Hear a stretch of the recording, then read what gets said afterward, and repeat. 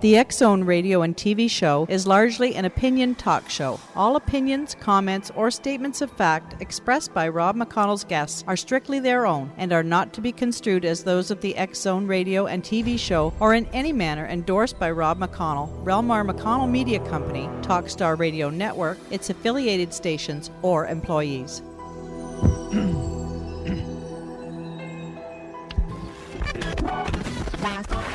All Hit Radio.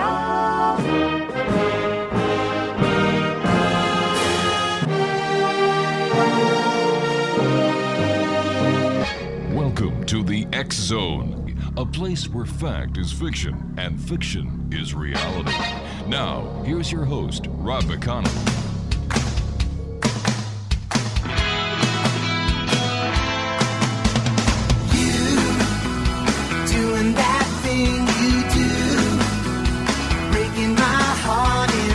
Ça commence, oui.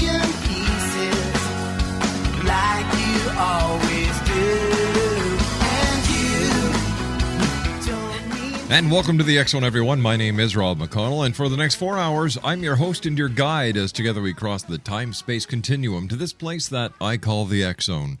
It's a place where people dare to believe and dare to be heard. It's a place where fact is fiction and fiction is reality. And for the past 20 years... X-Zone has been coming to you live and around the world on the Talkstar Radio Network, X-Zone Broadcast Network. Let me see, UK High Definition Radio, Euro High Definition Radio, Star Cable, X-Zone Broadcast, X-Zone TV, and our growing family of broadcast affiliates right across Canada, the United States, Central America, the Caribbean, South America, the Pacific Rim, Asia, India, and Africa, as well as Europe. If you'd like to give us a call toll-free worldwide, 1-800-610-7035. Email X-Zone at xzoneradiotv.com. On MSN Messenger, xzoneradiotv at hotmail.com. And our website, www.xzoneradiotv.com. My guest this hour is Robert Bauval, and Robert was born in Egypt in 1948. He studied construction engineering in England and subsequently has worked in the Middle East and Africa until 1985.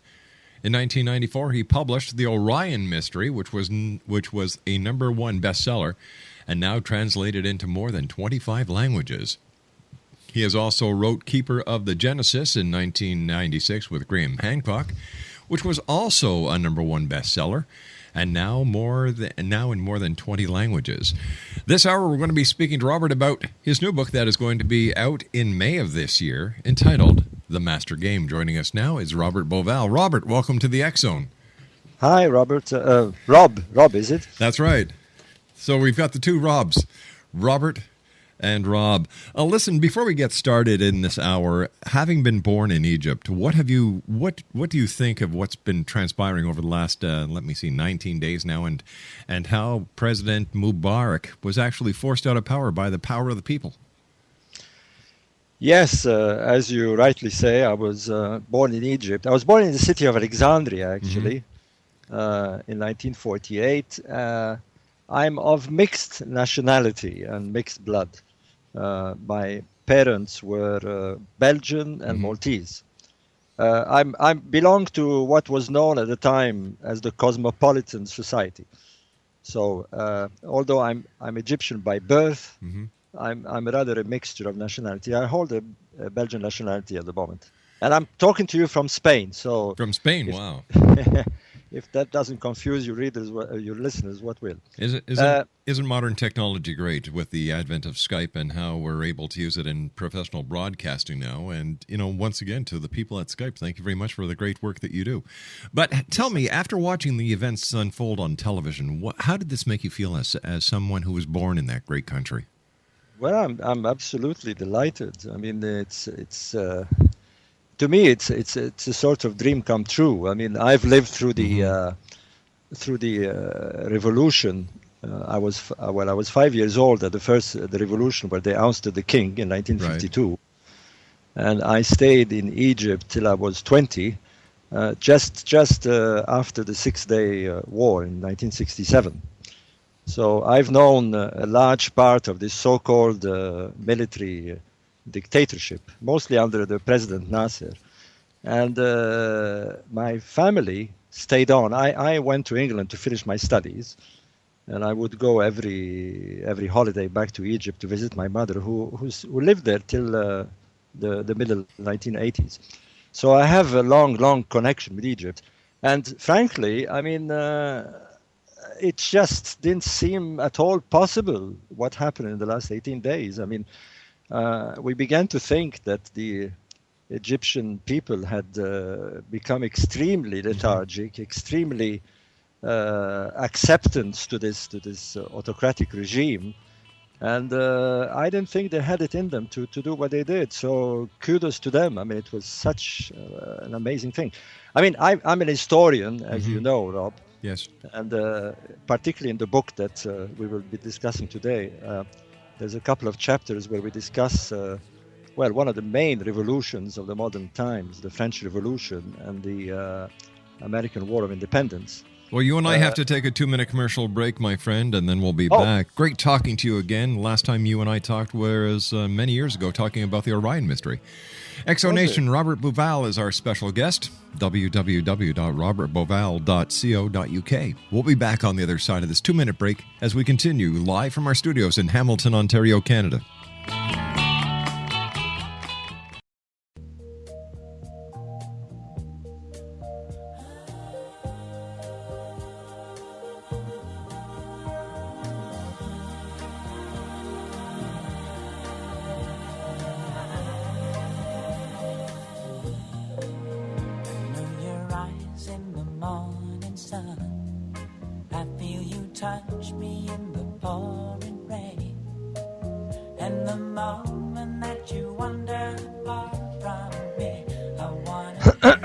Welcome back, everyone, and to all the members of the X Zone Nation, a very happy Valentine's Day from everyone here at the X Zone Broadcast Network, Relmar McConnell Media Company, and of course from Laura and myself to you, your families, your loved one. And you know what? Love is the answer. No matter what the problem is in this world of ours, love is the true answer, because with love comes respect, understanding, communication, and the ability to give people to bend like the willow tree. That's all it takes, is understanding, respect, and love. 1-800-610-7035, worldwide toll-free. Robert Bauval is our special guest. And Robert, what is the master game? This book, which we now call the master game, was originally titled Talisman. It's a book that I wrote with the author Graham Hancock and was published in 2006. At the time, long before the events that have rocked the world, like 9/11 and what's happening now in the Middle East, this book was focused on an attempt to study the influence of two traditions, the Hermetic tradition, which originates in the city of Alexandria and has much influenced the Western world, gave much of the esoteric movements that eventually led to organizations like the Rosicrucians, the Freemasons, and so forth. And the Gnostic tradition, which is a form of early Christianity, which has been revived lately because of the findings of certain documents in Egypt in 1946, and of course with the Dan Brown books that have stirred up all the Gnostic ideologies and all its influence. So that was the book, and it basically exposed the events that led to the design of city plans in Paris, in Rome, in London, and of course the city of Washington, again popularized by Dan Brown. So the book basically was focusing on this long history that led to the strange city plans that one finds. But the master game is a readaptation of this book. We've completely refurbished it and added quite a lot of material because of the events that followed 9/11, because we realized that when we wrote this book originally, we were in fact investigating inadvertently the game that has been played over nearly a millennium and a half over the capture and recapture and handing over of the city of Jerusalem. And really, that is the main crisis that has haunted the world for a very long time. So that is the master game. The prize of this game is, of course, the city of Jerusalem. Who's playing the game in present day? Well, perhaps it's better to ask also the question who played the game in the first place. All right.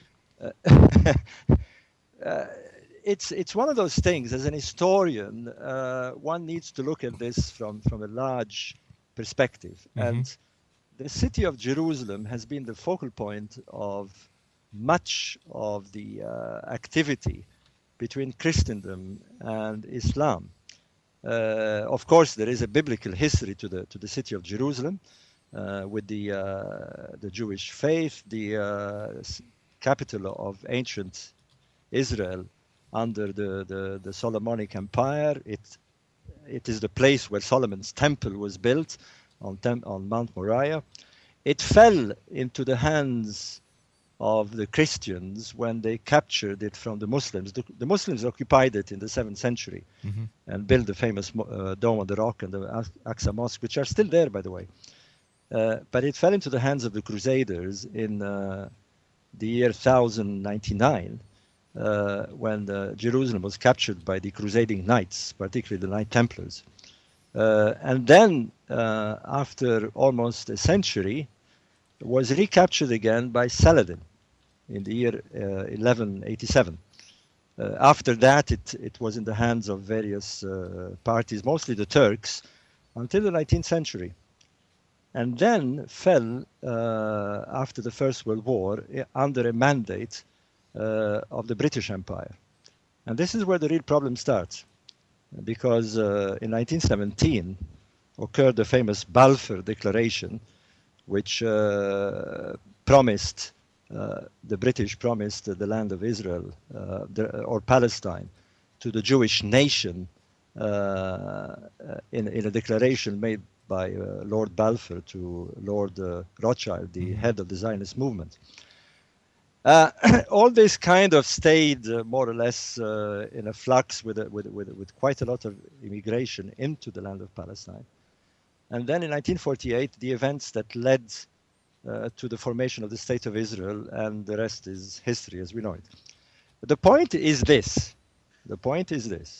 is that in the Arab world today, it may sound very strange to your listeners, but there is a general opinion that there is a Zionist, Jewish, Masonic American conspiracy that wants to dominate the Arab world, and it is one of those things that is extremely widespread. In fact, the term Zionist is almost synonymous to Freemasonry in the Arab world. So Graham Hancock and I wanted to understand, well, why is this belief and what led them to think that there is such a conspiracy? Because if we don't understand it, then the whole crisis or the game, as we call it, is played by one side with one belief system and by the other side with a completely different belief system. The other side, of course, being the Western world, and particularly the United States. So, in essence, this is what we try to do with the master game, trying to resolve this in about 500 pages. That leads finally to the terrible events that occurred in September, on the 11th of September 2001, because this event can only be understood in terms of this game. Otherwise, we're missing the point. But the events of September 11th, 2001 were significant. They were catastrophic. A terrorist act that has never been witnessed by mankind. And yet, because of the lack of understanding or the rules that are all part of the master game, isn't it still a threat that we may, in fact, witness another attack of the same or a greater magnitude in the very near future? Well, God forbid, but let me get back to why we think that this attack is tied up to this game that has been played over centuries and centuries. When the State of Israel was about to be formed in 1948, the British declared that they would release their mandate over Palestine on the 14th of May, 1948. Now, at the time, this was post-war, post-Second World War, and at the time, heading the United States was, of course, President Harry Truman. Now, it so happened that Harry Truman was a very, very senior Freemason. He was a 33rd degree Mason of the Scottish Rites, one of the highest ranking degrees in the fraternity of Freemasonry. It also happened that there was the establishment of the Zionist organization in Washington, and they were lobbying very, very heavily for the acceptance of a state of Israel proposed by the provisional government of Israel, headed by Ben-Gurion at the time. What happened was rather odd, because the United Nations, although in favor for a double state, a state for the Palestinians and the Jewish people, was very much against accepting this independence at this point, mainly because it was bound to cause a reaction by the Arab world, and they felt that it wasn't the time to do it. Who was also very much against this was the American Congress, and particularly the Chief of Staff, George Marshall, who strongly opposed this. But against all odds, when Ben-Gurion declared and announced to the world the State of Israel at midnight on the 14th of May 1948, just 11 minutes later, Harry Truman, against all the advice given to him, personally sent a telegram, a very short telegram, saying that he approved the formation of the State of Israel. The telegram went 11 minutes afterwards. So, seen from the other side, seen from the Islamist side, seen from the fundamentalist side, what they see is a Masonic president of the highest degree who was heavily influenced and lobbied by the Zionist movement, and who ratified personally the State of Israel. So no wonder they imagined some sort of Zionist Masonic conspiracy. So that's the root problem. Right. And if one don't understand this, so coming to 9/11, can I go on, or you we have to take a commercial break in about a minute from now, but I'd like to ask you this question before we go to the break. Would this problem go away if the United States of America would stay out of politics outside of the U.S. and just concern itself with what's happening within its own borders? I personally don't think it can go away if the position by both sides, first of all, isn't understood. Right. And certain concessions aren't made. But we'll take this after the break. All right. Stand by, sir. You and I will be back right after the news. X-Zone Nation, Robert Bauval is our very special guest this hour.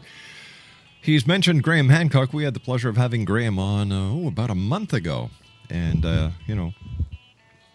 we're talking about history, but events that are happening today that are related to history. So many times on this show, we've proven that history does repeat itself.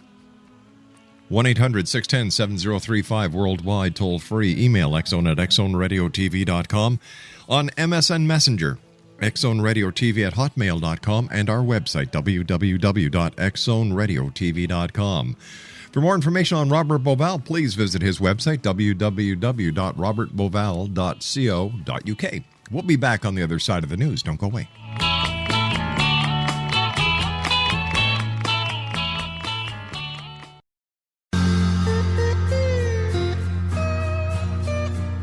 You're listening to the X-Zone Radio Show, live and around the world on the Talkstar Radio Network. X-Zone Broadcast Network, UK High Definition Radio, Euro High Definition Radio, and Star Cable. Our toll-free telephone number worldwide is 1-800-610-7035. Our email address, xzone@xzoneradiotv.com. On MSN Messenger, xzoneradiotv@hotmail.com. And our website, www.xzoneradiotv.com.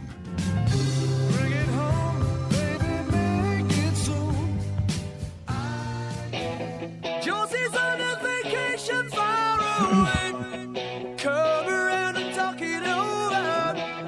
So many things that I wanna say. You know I like my girls a little bit older. I just wanna use your love tonight. I don't wanna lose your love tonight. I ain't got many friends left to talk to. No answer of it, I'm in trouble. You know I'd do anything for you. Stay alive and keep it undercover. I just wanna use your love tonight. Exonation, Robert Bauval is our special guest. Now, his website is www.robertbauval.co.uk. That's ROBERTBAUVAL.co.uk. And along with Graham Hancock, he has a new book coming out in May of this coming year entitled The Master Game. When we look at the world events of the last major catastrophe act of terrorism that we saw, that we all remember, that will be burned into the pages of history forevermore, was the September 11th attack on the United States. Before we went to the commercial break, I asked you if the United States was to butt out of external affairs outside the United States, if this would change the rules of the game. When I heard President Obama trying to tell the people, or the president of Egypt, that he should step down, or that he has to step down, I found that rather brazen of President Obama, because what would the people in the United States do if the president of Egypt would have told President Obama to step down? It seems that there's always three sides to the story, but nobody wants to talk about the other two. What is your opinion, sir? Oh, sorry, I thought you were commenting. No. I think coming back to this issue of, well, I mean, I agree with you. I mean, it would be rather odd for any president, not just President Mubarak or ex-President Mubarak, to tell Obama to step down for whatever reason. However, I think coming back to the very root, to the very cause of this huge conflict that has haunted the world, this Arab Western world conflict. I think a lot of people don't realize that when bin Laden made his famous declaration of war, there is actually a declaration of war, which is on the net. I mean, anybody can check it out. In February 1998, he declared the declaration of the World Islamic Front for Jihad against the Jews and the Crusaders. If we don't understand what he meant by this, the Crusaders, then I think we are missing the point of what in the mind of Al-Qaeda and all Islamists this conflict is all about. He goes on in this declaration that the objective is to free the Aqsa Mosque, which is on Temple Mount in Jerusalem. So in a sense, without any doubt at all, the terrorism that is manifested by bin Laden and other Islamists is a religious one with an objective, which is a territorial objective, to free Jerusalem. And if one doesn't understand this, but they seem to have very much in their mind that their enemy, that those that they have to fight, the declaration of jihad, of holy war, is against crusaders. Now, traditionally, as I said earlier in the first part of the interview, that indeed traditionally there was the Christian crusaders Yes. that were regarded as the very obvious enemies of Islam. They were the ones who had wrenched the Holy Land from the Muslims in the 11th century, and it is they that were regarded as the traditional force, hence the Crusaders. But why do they perceive the Crusaders now as being the Americans? And the reason is very precisely because it is well believed, and perhaps with historical truth, that these crusaders, the crusading knights, converted themselves into a secret society, which today we call loosely the Freemasons. Now, there is many theories about this, but it is so well or vastly documented that the Arab Islamists are very, very convinced of this. And therefore, by seeing that a president of the United States, and many presidents of the United States, by the way, were Masons, and that it is through the United States in 1948, with the heavy support of Harry Truman, that the State of Israel was formed, then it is no wonder that they see the United States and its allies as a crusading force with this kind of tag of Freemasonry. So having said this, the very strange thing about the 9/11 attack when it occurred, I remember at the time I was living in England, was, it escaped a lot of people, was the symbolism behind the attack.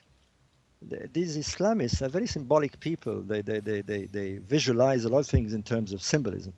And therefore, having lived among, not the Islamists, but having lived in the Middle East, I've lived 40 years in the Middle East, I began to look at this attack from that point of view. And also having written and studied the cult of the Freemasons, I've written several books about this, and one of them with Graham Hancock. Yes. The minute one says Twin Towers and a Pentagon, which were the targets by the Al-Qaeda on 9/11, it strikes those who understand symbolism immediately as being the Temple of Solomon, because the Temple of Solomon is symbolized in Freemasonry on the so-called the rituals are done on what is called a sketching board, which is a sort of prayer rug, if you like. On these are drawn symbolism, and to symbolize the Temple of Solomon, there are two pillars and a pentagon, which is at the place of Holy of Holies. Apparently, this were the essential features of the original Temple of Solomon, which was fronted by two pillars called Joachim and Boaz, and inside was a Holy of Holies in the shape of a pentagon. So immediately I thought Temple of Solomon. You know, symbolically they seem to be attacking the Temple of Solomon. What added to this was the very, very curious choice of the date. September 11th, exactly to the day 60 years before, was when the Pentagon was founded, when the cornerstone of the Pentagon was placed. There's actually a plaque on the Pentagon today, let's say, it says 11th of September 1941. So I thought this is pretty odd. I mean, here is this symbolism of the Temple of Solomon. They're drawing attention to all this. They attacked the Pentagon. On the Pentagon is exactly the same date with 60 years earlier. So what's all this thing about the Pentagon? Of course, not just being the headquarters of the American forces, but there we come again to who founded the Pentagon. And it comes, you immediately realize that the original designer of the Pentagon, oddly enough, was Franklin D. Roosevelt, who himself not only chose the shape of the Pentagon, but its location on the ground. There's a very strange mysticism behind this, but the Pentagon is a major symbol in the Scottish rites of the 32nd degree. Now, Franklin D. Roosevelt was a 32nd degree Freemason. Oddly enough, he was also a 32nd President of the United States, followed by Harry Truman, who not only was a 33rd degree Mason, but was 33rd degree Freemason. So all this put together, we began to think, well, is it possible that Al-Qaeda, who declares war on these crusaders, now we know when you analyze this notion of modern crusaders in the mind of Islamists, is a combination of Freemasonry and American power and Zionist influence, then what was this attack all about?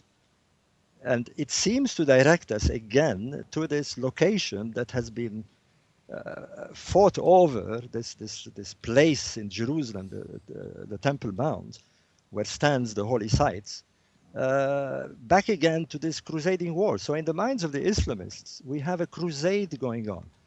In the mind of those who are on the other side, the United States and its allies, either they don't comprehend this, or they're fighting an enemy of which the objective is very, very different. So this is what the master game is all about, trying to elucidate all this and putting it into a perspective in history, and to understand this battle over this real estate that lies on Temple Mount. Isn't it about time that this problem be solved once and for all, instead of killing people in order to secure a piece of real estate or to have it freed up? I don't understand the rationale or the psychology behind the terrorists killing over 3,000 people just to prove a point or to get back at the Masons. To me, this is stupid. Well, when you look at it from a historical point of view, it isn't just 9/11. I mean, there was a kind of super 9/11 that occurred in the 11th century when the Crusaders took Jerusalem from the hands of the Muslims. There was a huge massacre. The whole population of Jerusalem was slaughtered. We have eyewitness accounts from the chronicles saying they were actually walking knee deep in blood. I mean, it's horrible. And this is not the only occasion. There's been several wars over this real estate, and of course the late wars, which was 1948 with the attack of the Arab coalition against the newly formed state of Israel. Then there was the 67 war. Then there was the 73 war, and God knows. So they're basically fighting over land that is based on a hypothesis, a theory, a philosophy, a religion that hasn't been proved beyond a shadow of a doubt. Well, yes, I mean, this is the irony of all this. Worse, this whole drama, this whole genocide that's been going on is fought over a piece of rock, because ultimately that's what it is. It's a sacred rock, of which the dome of the rock, the famous mosque of Al-Omar, is built, which is claimed by two major Semitic religions, Judaism and Islam. And of course, Christendom, which seems to have given up, in a sense, after the Crusades, they kind of dropped the idea. And this is the irony. So if you remove the religious ideologies, if you take this away, that's what it boils down to. A huge 1,500 years battle, which is still going on, which is still confusing the world over a piece of rock. Or is it the excuse to maintain this battle? Well, somebody said, and I'm not quite sure, that, if there wasn't an excuse to have a war, people would find one. This is the madness of the human race. And, coming back to the events that are happening in Egypt, this is why, to me, the Egyptian revolution that took place over the last 18 days is a huge breath of fresh air. This is the first time in history, as far as I know, that such a revolution that took place without bloodshed. It was a total pacifist revolution. Yes, there's been some deaths, mainly because of the brutality of the police. But those who protested, the revolutionaries, were totally pacifist. We have seen something, we have witnessed something that will change the perception of the world, which will change, hopefully, the perception of Al-Qaeda, that there is no need for violence to make those kind of changes. Peaceful manifestations of this kind, and this is a wonderful message. So to me, I think we have a lot to learn, that the violence that we saw post 9/11, the occupation of Iraq, the occupation of Afghanistan, which is still raging, the danger of a potential war again over this territorial claim by the Palestinians and the Israelis. To me, all this can be diffused if the message that is sent by the Egyptian revolution is that things can happen in a pacifist and way that can perhaps change even more than violence. So to me, we're witnessing a moment of history that kind of rewrites history as a whole. You know, where all these genocides, wars, and everything seem to have been wrongly or uselessly performed, because change can happen through peace, through peaceful movements. And this is what's hitting the Middle East at the moment, which to me is a kind of miracle. I agree that what happened over the last 18 days or 19 days was truly significant. However, now that the army is in control and the army is saying, well, we've dissolved parliament, and you know what? We're going to hold off on the elections until 7 months. How do we know for sure that what hasn't happened is you've gone from a basic dictatorship to martial law, military rule? You're absolutely right to pose this question. But I think this is a moment, really, that we need to be optimistic, and we need to have trust, because the alternative is disastrous. It's true, my friend. It is truly true. Stand by. Yes. We've got to take our final break. Robert Bauval is our special guest. www.robertbauval.co.uk. We're talking about his new book that's coming out in May of this year, The Master Game. We'll be back. Don't go away.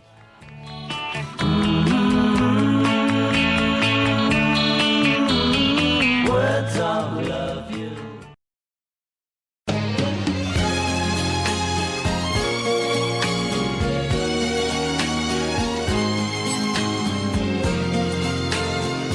On finit dans 4 minutes. And they called it puppy love. Oh, I guess they'll never know. Welcome back, Exo Nation. Robert Bauval is our special guest. www.robertbauval.co.uk. Robert, before we went to the commercial break, I had made the statement that everybody is really happy. Mubarak has stepped down. But I don't think people were expecting the army to take full and total control and then say, you know what? We're not going to have the elections right away. We're going to wait. We're going to wait another 7 months. What happens should the army decide to remain in power, not allow elections? The emergency measures have not been lifted. So the only difference is that Mubarak is out and the army is in. Yes, you know, we're only sort of 3 days after the departure of Mubarak. Yes. You know, and somebody said quite rightly, God took 7 days to create the world, so let's give it a chance. But one has to realize that if elections are called in, even within a month, most of the opposition parties are not ready.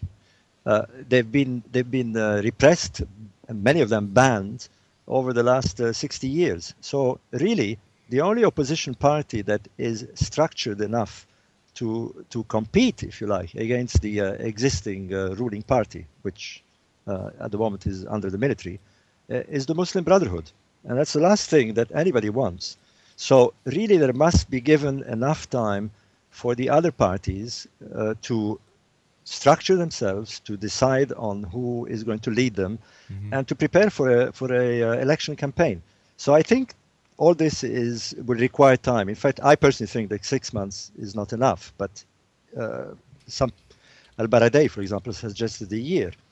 However, the other thing is, of course, that, fine, I mean, everybody's dancing and euphoria, but what's been happening over the last 2 days, there's been many protestations, people are going to claim extra salaries, there's a very unrealistic expectation going on. So the army is the best body at the moment to maintain some sort of status quo. It's a bit like, having got rid of your school teacher, but the headmaster walks in and says, listen, fine, you've danced, now we need to keep a bit of calm here, and we need some time to restructure and find a new teacher. So we basically, just have to be patient and give the parties a chance. But there's one question that I've asked many people, and I can't get an answer. And I'd like to get a quick answer because I want to talk to you about the tour that's coming up. yes. Yeah. Is or can the people of Egypt actually appreciate and conduct a country in a democratic way?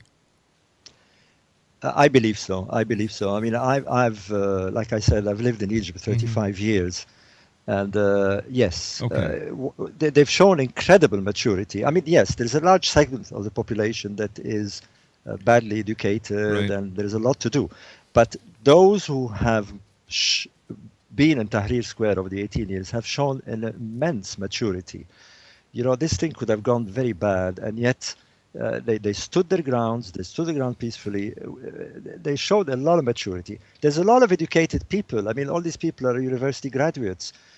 Egypt is a very, very sophisticated culture, not just because of its vast history. Robert, I hate to cut you off, but we've got about 30 seconds left, and I know you want to talk to us about a tour. Quickly. Yes, very briefly. And those who are keen to see the new Egypt, I'm calling it the Egypt Reborn, we're conducting a tour in May. Graham Hancock is going to be my co-host. So Graham Hancock and myself are going to take a group in May all over Egypt. We call it the All Egypt Tour. Please go on my website to find all the details. It's Robert Bauval, www.robertbauval.co.uk. All right, Robert, I want to thank you very much for joining us. Take care of yourself, and thank you very much for sharing your time with us here in the X Zone. It was a pleasure, Rob. I'll be back on the other side of this news break, X Zone Nation. Don't go away.